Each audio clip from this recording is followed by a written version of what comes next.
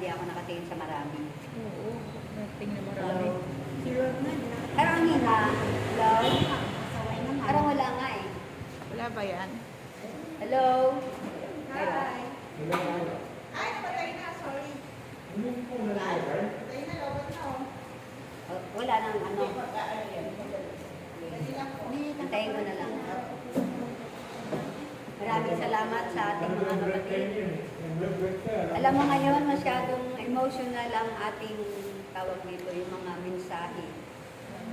Na in love ka na talaga. No? Kapag in love ka kay Lord, emotional ka. No? Parang pinararamdam niya talaga sa iyo yung pagmamahal niya. Nasa pamagitan ng mga mensahe na yan, eh, talagang mararamdaman mo ang kanyang tinig. At ako'y tuwan-tuwa at galak na galak dahil ang tinig ng ating Panginoon ay palagi kong naririnig. May mensahe na naman sa akin ng isang gabi na talagang praise the Lord talaga, na tayo lahat ay kinakausap na ni Ama. Kanya nga lang talagang katulad sa inyo sa mga pamagitan nito na nasasabi ninyo yung iniisip ni Ama, yung kanyang ipinararating sa atin. Mahalaga yun para sa atin na kailangan pala talaga natin i-share kung ano yung mga mensaheng dumarating sa atin. Huwag mo raw yun ipagkait na hindi mo i-share sa ating kapatid, sa ating mga kapatid. Kaya nga, napakahalaga na tayo nandito, na tayo po ay may tungkulin sa ating kapwa, mayroon tayong tungkulin sa ating mga kapatid, sa ating pamilya, higit sa lahat. Amen? Na kailangan talaga natin iparating yung ipinararating ni Ama sa kanila. Tayo yung alulod. Kaya nga, ang alulod ay talagang laging walang bara. Amen? Tandaan natin, kapag barado ang alulod, aapaw ang basura. Amen? Kailangan lagi ang alulod ay patuloy na dumadaloy ang malinis na tubig. Palakpakan natin ang ating buhay na Panginoon. May bulong na dumating sa akin na mauuna ako. Oo naman talaga. Talagang ako lagi ang una dahil ipagdadasal natin ang ating mga kapatid. Sabi ko nga, hindi ako manghihinawa ngayon na ipanalangin palagi ang nangyayari sa ating paligid. Kung ang gera ay hindi pa rin tumitigil o humihinto, pero parang doon lang naman sa kanila ang kaguluhan. Siguro baka ibig ni Ama na ayusin nyo yan. Kasi mga anak naman ni Ama yun, di ba? Ang ibig sabihin, tayo na nakapagdasal, huwag tayong manghinawa. Na palagi tayong manalangin. Na ito po yung mensahe sa ating lahat ng ating Amang nasa langit. Sa ngalan ng Ama at ng Anak ng Diyos Espiritu Santo. Amen. Amang banal, Diyos na Lapida, Amang Yahweh. Magandang hapon sa iyo, Ama. Ama, narito kami ng iyong mga anak.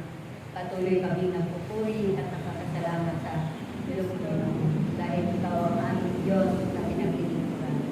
Ikaw ang aming Diyos na punong-puno ng pag-ibig at pag-asa sa amin. Kami naghihintay, Ama, sa mga pagpapala na parating mo sa amin. Ngunit umaasa kami palagi, Ama, na kahit gaano ng katagal, basta't alam ko, darating ang mga pagpapala nito. Kaya, Ama, ako'y nagpupuri ng pagpasalamat sa iyo. Ganon din ang ating mga kapatid. Tunay nga po, Ama, na kami lahat na nanatili pa rin sa mga gawain mo.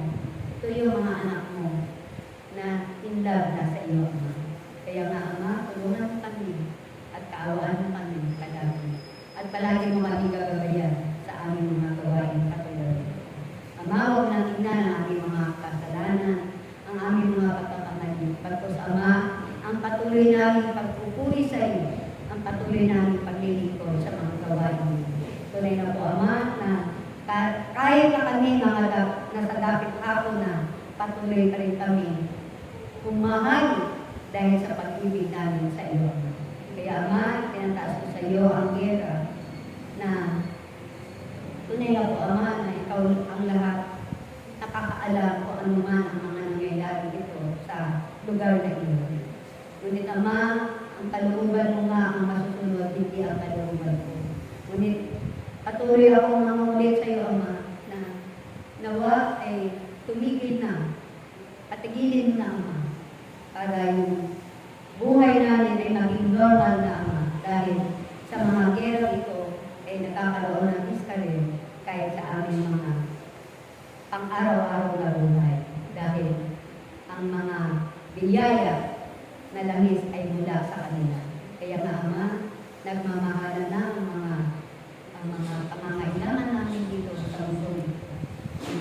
Sabi ko nga, nasa mundo pa kami. Kailangan pa namin, Ama, ang mga bagay na ito. Na ito yung pinaka-importante rin bilang tao. Kung ikaw, Ama, na ikaw ang unay sa lahat, ang importante sa amin. Ngunit, ang mga bagay na ito ay kailangan pa namin. Ama, hinilingin sa iyong puso, sa aking puso, na sa iyo lang talaga ako umaasa. At nananalig na ang lahat ng mga kailangan ko ay pagkakaroon.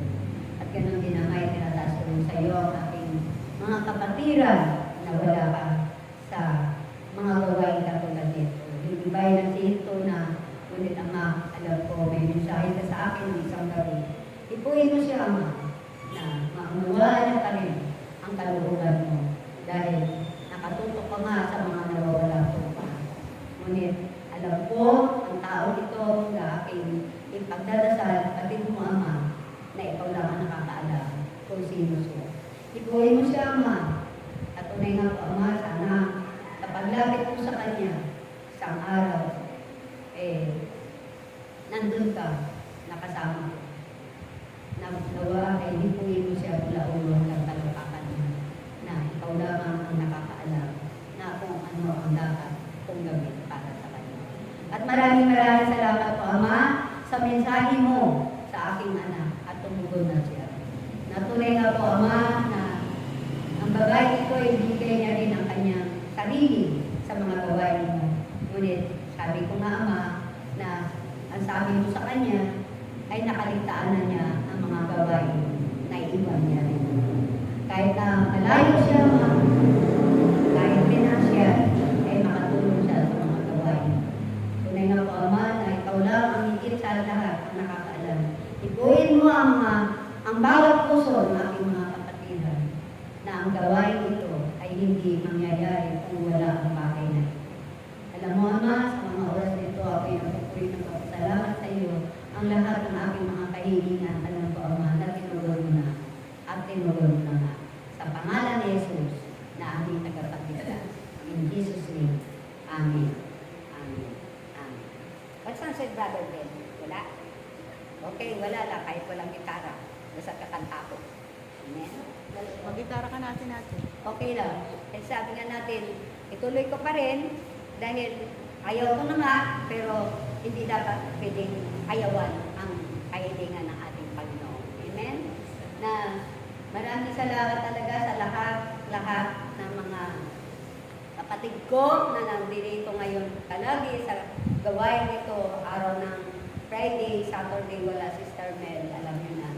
Kaya na maraming salamat talaga sa mga nanatili sa kanyang mga gawain. Dahil alam ko na kung wala ang Diyos sa bawat puso natin, ay wala talaga tayo sa mga gawain katulad nito. Ang sarap kayang matulog kahit mainit, pero sabi nga natin, ang gampanan lamang natin ang kanyang mga gawain ay matutuwa ang ating Panginoon. Okay, dahil wala si Brother Ben, para makapagsimula na tayo dahil alam niyo may dapat ano. Kasama ba ako? Okay.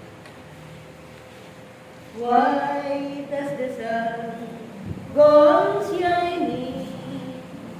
Why does the sea rush to shore? Don't they know it's the end of the world? It's indeed when you say goodbye. Alapakan po natin ang ating buhay na Panginoon. Maraming salamat! Maraming salamat! That is good. Now and forever! Praise the Lord. Sabi nga mauna ako dahil sabi natin mas maganda yung una para sabi natin yung kasunod ang magpupuno. Amen? Napakaganda ng ating pagbasa. Nasa kanina ng ating tagapagbasa na talagang ang ating matalinghaga tungkol sa damo at triguhan. Ang ibig sabihin ng damo. Pero may mga damo nakakagaling. Damo, di ba? Kaya hindi lahat ng damo ay masama. May mabuti pa rin. Amen? Na ang sabi sa ating pagbasa, ito yung paghahari ng Diyos. Sa kanyang paghahasi, tayo yung bukirin. Tayo yung bukirin. Lupa.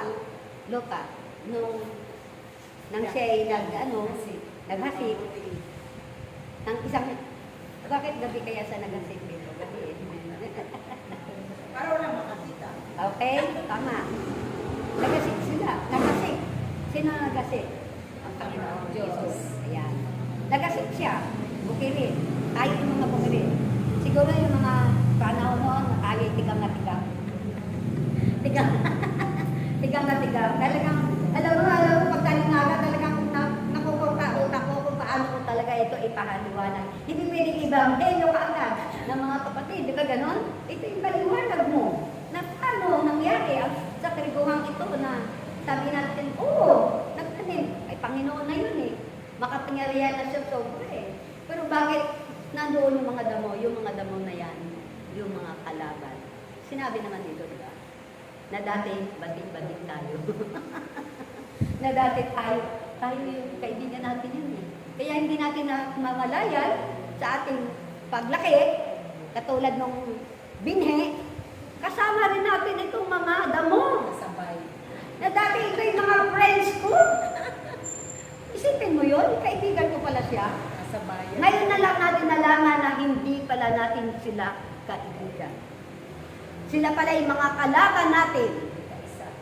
Hindi natin sila kaisa sa gawang mabuti. Sila ay talagang likas na masama.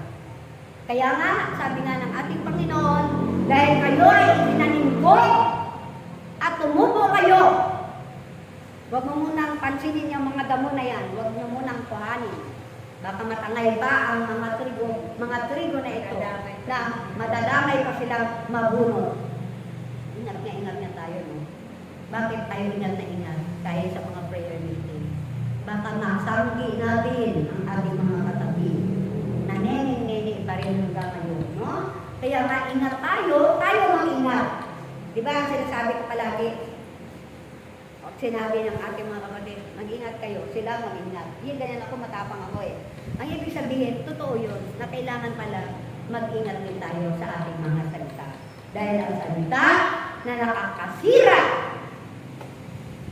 kahit na malago na ang trigo ito, dahil sa mga salita mumisa, ay ito'y masisira.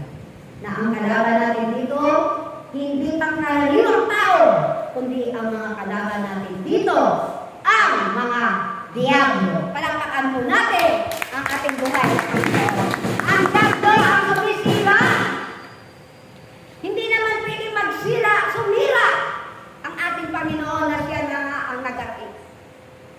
Ang kalaban natin dito, sa totoo lang, minsan sa bahay natin, mismo. Di ba?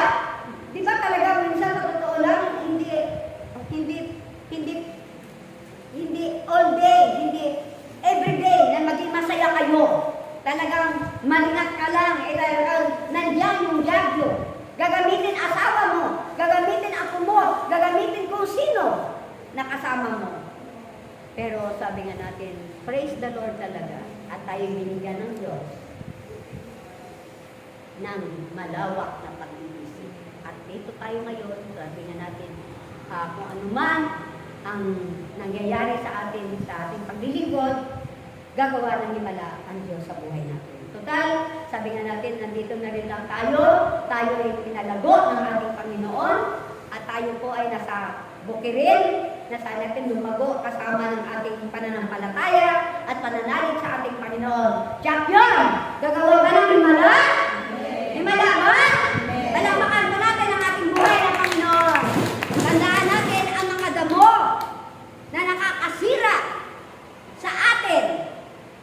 Ito yung mga taong walang magawa na kulang sa pananalig at pagtitiwala sa Diyos. Sila ang gagamitin ng ating Panginoon. Ngunit tayo naman, na sabi nga natin na tayo, na nandito na rin lang, hindi tayo pwede kasira sa mga diabo na yan. Ano ang sabi dito sa kabilang pagbasa? Basahin ko lang ang kahulugan ng kalinghaga ng mga damo sa triguan.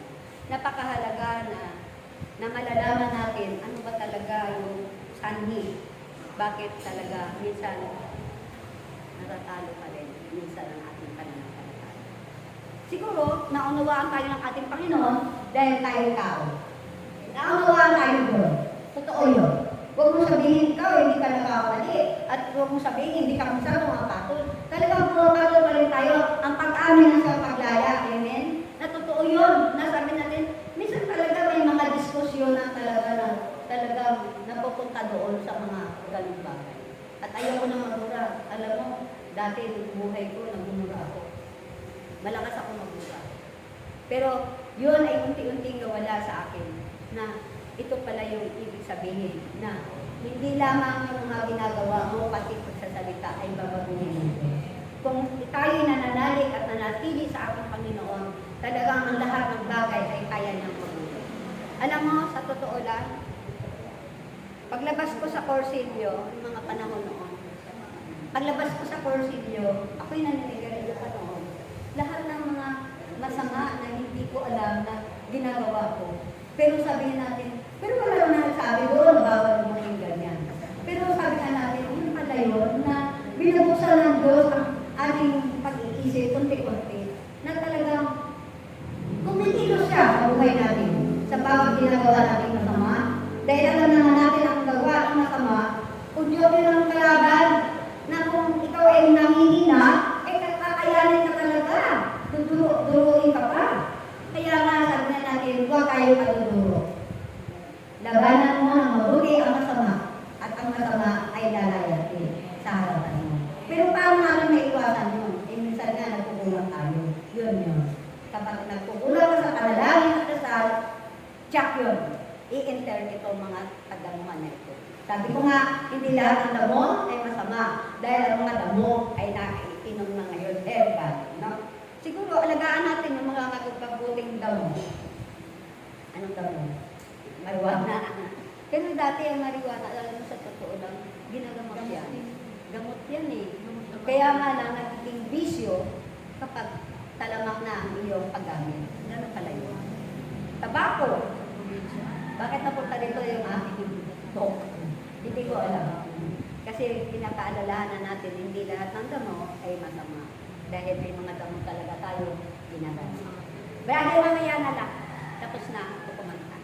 Kaya nga, ito babasahin ko lang para ipanawa. Matutok si Sister Flor, ha? Sister Flor, tatlo tayo, ha? Para, babasahin ko lang maganda yung mensahe ng ano. Pagkatapos iniwan ni Jesus ang mga tao at pumapasok sa bahay buhay. Lumapit ang kanyang mga alagad at ano ba ito?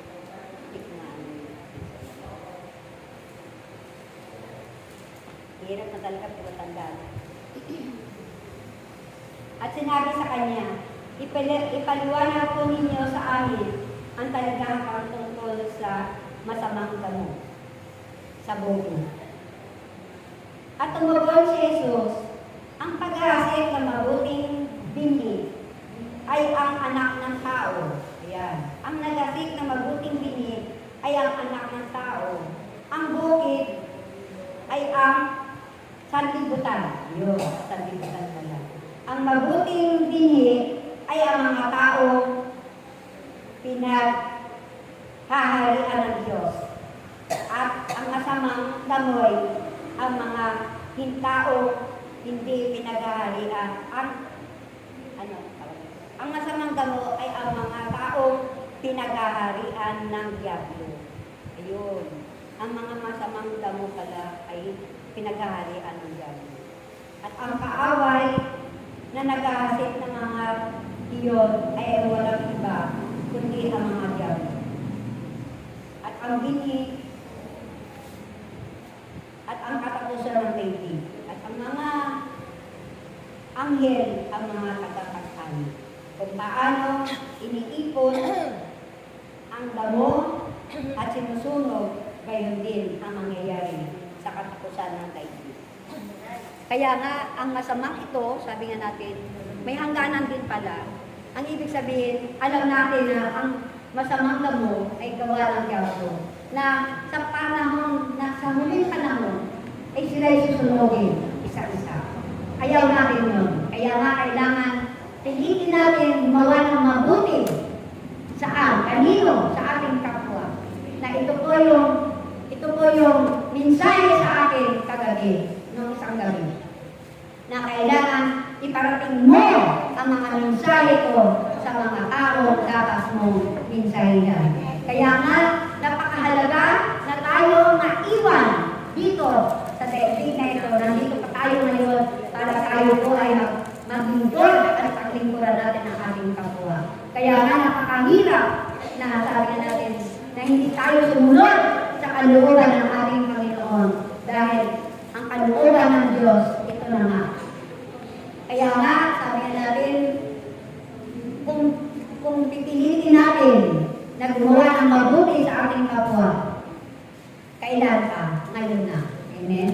Na ito po yung kalooban ng ating Panginoon na patuloy tayong gumawa ng mabuti sa ating kapwa. Hallelujah! Hallelujah! Hallelujah! Hallelujah! Hallelujah!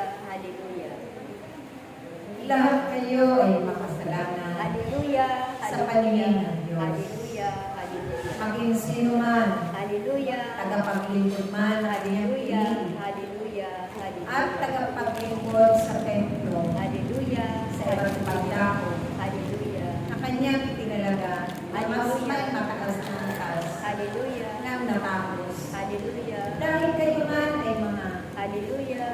Hallelujah! may ng kasalanan Hallelujah! sa inyong mga ninuno. Hallelujah! Subalit sa kabila ng lahat, Hallelujah! Hallelujah! kayo ay patuloy pa rin na binabago ng Diyos. Hallelujah! At patuloy na pinagkakalooban Hallelujah! ng mga biyayang kabutihan. Hallelujah! Dahil walang sino man ang makapagbibigay nito o Hallelujah! makapagkakaloob Hallelujah! sa mga bagay na makapangyarihan, Hallelujah! banal, at Hallelujah! makatotohanan, Hallelujah! maliban lamang sa Diyos Hallelujah!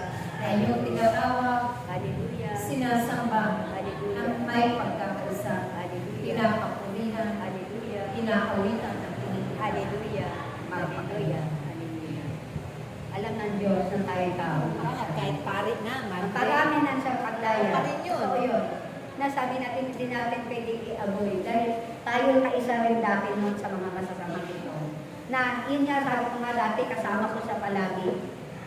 Hindi mo ba napapansin kasama natin yung palagi? Nagmumura pa tayo noon. Kaya ngayon lang natin yung napapansin dahil kahit paano, lumalayo tayo sa mga ganong sitwasyon. Umiiwas tayo kung dapat nagkakabasan. Pagpigil na tayo kasi may Kasi sa totoo lang may nakabisyon na marami kapag ikaw ay nagmumura, kapag nagmumura ka pala, lumalabas pala doon sa bibig mo yung mga o. Amen. Kaya sa totoo lang nung narinig ko yan sa isang seminar, saan pa kami umatin ng seminar noon, isang pare ang speaker.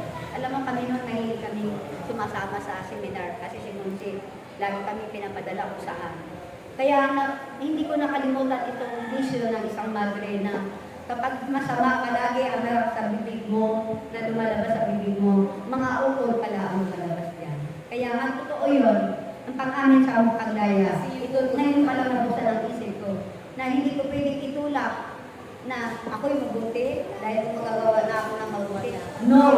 Tao ka rin na makasalanan. Hindi natin pwedeng i-avoid kahit ang mga kasalanan dahil ikaw rin ay mapaggawa ka rin ng kasalanan. Kaya nga, ang pag-amin natin sa araw na ito, ang siyang paglaya natin lahat. Dahil tunay nga po na napakabuti ng Diyos, na sinisikap natin na sumunod sa kanyang kalooban na minsan ay talagang naliligwa kung paano gagawin. Dahil ito nga, tao nga kayo. Naunawaan tayo ng Diyos. Amen. Nagugutom si Sister Lily, kumain. Kahit na nagtutok si Sister Mel, pwede kung mayroong makakain. Kung walang makakain, bibili tayo. Mamaya lang, mag-jollibee tayo. Amen? Na ito yung ibig ng Diyos, lagi tayo masaya. Amen? Asa na si Sister Flor? Baka nagka-therapy siya, susunod dito. Flowers na ako. Kaya nga, napakabuti ng Diyos, no? Na, oo nga, no? Bakit mo sasabihin sa, ayoko makisama sa inyo. Dahil may mayroong ka masabi doon sa kapwa mo. Ay, alam ng Diyos na ikaw rin ay mapagtawa ka pa rin. Totoo yun. Bakit tayo kinumpara dito sa... Wala pang perfect, wala pang Oo, banal. ang pag-amin, sabi ko nga parang ako pa rin yung damo.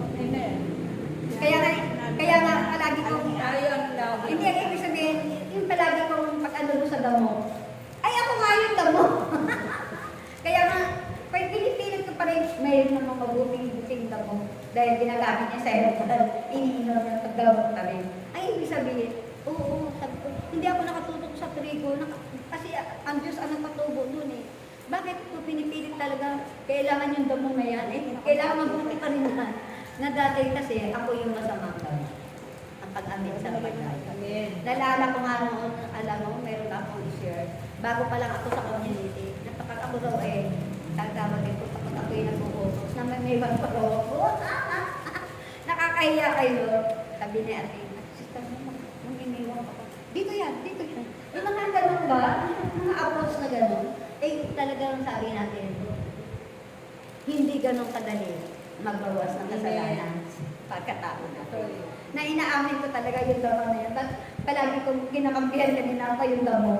Mayroon ko buming damo. Dahil ako nga pala yung dating masamang damo na nagpapakabuti dahil gusto natin gumawa na ng mabuti. Pero paano gagawin ko? Tao nga ako. Naunawaan ng Diyos na tao ka lang na mapagkawa ka pa rin ng hindi maganda. Kaya, umiwas na lang tayo doon sa mga masasama, sabi natin, bakit hindi natin sundin ang kanyang kalooban? Kung hindi mo magawa, ipagdasal mo ang iyong sarili. Ito yung kalooban ng Diyos. Kaya nga sabi natin, dahil ang kalooban ng ating Panginoon ay puro mabuti ang ginagawa. Kaya gawin natin ang mabuti sa ating kapwa. Kaya mga kapatid, bilang tao, tayo, ay talagang nandun pa rin. Salamat sa mensahe ni Ama na tao lang tayo. Kaya maraming salamat po. Ipagpatuloy ni Sister Flor. Dahil tatlo tayo magtutok. Sister Cody. Tatlo, sabi ni Brother, Friday, Saturday. Okay. Tuloy ko. Wala mga po.